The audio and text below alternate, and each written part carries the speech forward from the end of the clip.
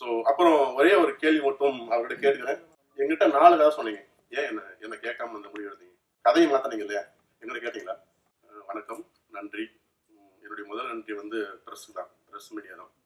ஏன் அப்படின்னா, அந்த நான் ட்ரைலர் ரிலீஸ் அப்போ இங்கே வரல, நான் அதை யூடியூப்பில் தான் பார்த்தேன். உங்களுடைய கேள்விகள், உங்களுடைய கோபங்கள்லாம் பார்த்து நான் ரொம்ப மைந்து நொந்து போயிட்டேன். அதுக்கப்புறம் ப்ரெஸ்ஸோ அதுக்கப்புறம் பார்த்து நீங்கள் கொடுத்த அந்த சப்போர்ட் இருக்குல்ல, ரொம்ப ரொம்ப நன்றி.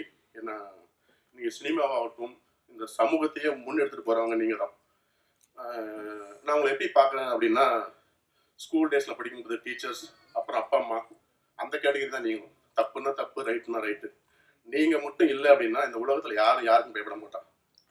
மனசாட்சின்றது வேற, அது நம்மளே எடுத்துக்கிற விஷயம். ஆனால் சமூகத்தில் ஒருத்தருக்கு பயப்படுறோம் அப்படின்னா நீங்கள் தான் அந்த சமூகம். ஸோ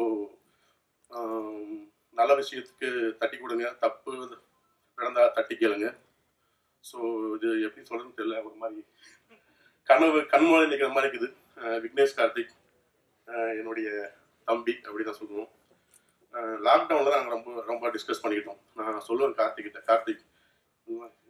சொல்லுவேன், லாக்டவுனில் எல்லாரும் லாக் ஆனால் லீவ் மட்டும் லாக் ஆகலப்பா, லாக்டவுன் எல்லாரும் லாக் ஆனால் லீவ் மட்டும் லாக் ஆகணும்னு சொல்லுவோம். இந்த கதையை நாங்கள் ரொம்ப டிஸ்கஸ் பண்ணோம்.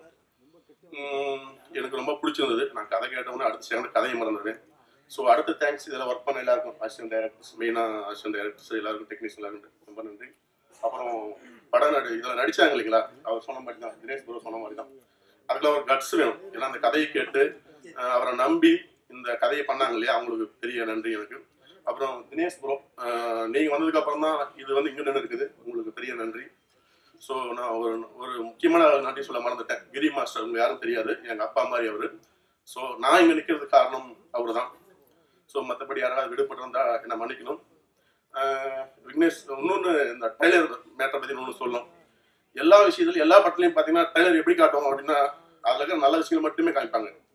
ஆனால் இருக்கிற நெகட்டிவெல்லாம் காமிச்சு ட்ரைலர் ரிலீஸ் பண்ண ஒரே ஆள் நாங்கள் தான் இருப்போம். கண்டகிறது. ஸோ அப்புறம் ஒரே ஒரு கேள்வி மட்டும் அவர்கிட்ட கேட்கிறேன், தவறாக இருந்தால் மன்னிக்கணும். எங்கிட்ட 4 கதை சொன்னீங்க கரெக்டுங்களா? அதில் 2 கதை தான் எடுத்தீங்க. 2 கதை நீங்கள் எடுக்கல, ஏன் என்ன கேட்காம இந்த முடிவு எடுத்தீங்க? 4 கதை சொன்னீங்க, 2 கதை தான் படத்தில் வந்தது, 2 கதை வரல. கதையை மாற்றினீங்க இல்லையா, எங்கிட்ட கேட்டீங்களா? இல்லை கேட்டீங்களா, அதுக்கு மட்டும் பதில் சொல்லுங்களேன். சரி, ஓகே. இந்த படத்துக்கு பேர் என்ன முன்னாடி வச்சிங்களா, என்ன படம், என்ன பேர்? மாடர்ன் பஞ்சாயத்துன்னு ஏதோ மைக் பண்ணுங்க. சொல்லுங்க. நான் ஏன் என்கிட்ட வரீங்க? உங்களோட தான் வரணும். ஏன்னா சில ஆதங்கள்லாம் இருக்குல்ல, கோபம் தனியா கேட்டிருக்கலாம். சில ரைட்ஸ் கூட இது எப்படியோ எடுத்தாங்க. எங்கிட்ட 4 கதை சொன்னீங்க. இயக்குனரே கிழித்த ப்ரொடியூசர் இதான் நாளைக்கு. இல்ல கண்டிப்பா இந்த கேள்வியை சாரி உங்ககிட்ட நான் பர்மிஷன் கேட்கறத நான் மன்னிச்சிருங்க. நான் பாலாட்டோட சொல்ல 4 கதை சொன்னீங்க, 2 கதை தான் வந்திருக்கு, 2 கதை வரல. அது ஏன் என்கிட்ட சொல்ல நீங்க?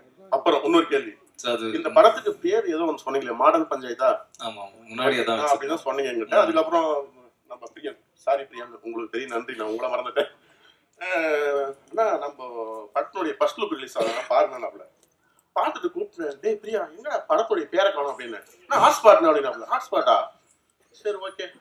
ஸோ பேரை வச்சாங்க, அதையும் கேட்கல, பேரை மாற்றினாங்க, அதையும் கேட்கல. ஸோ இவர் இதெல்லாம் கேட்காதனால நான் உங்களுக்கு கேட்க போறேன், உங்களுடைய பர்மிஷன் இல்லாமல். என்னது?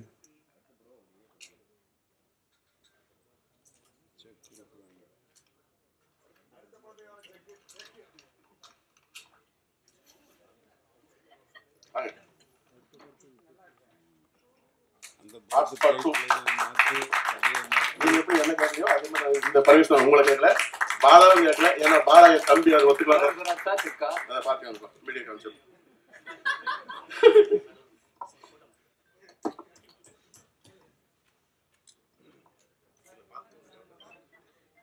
சத்தம் இல்லாம சம்பவம் பண்ணிட்டீங்க பாத்தீங்களா?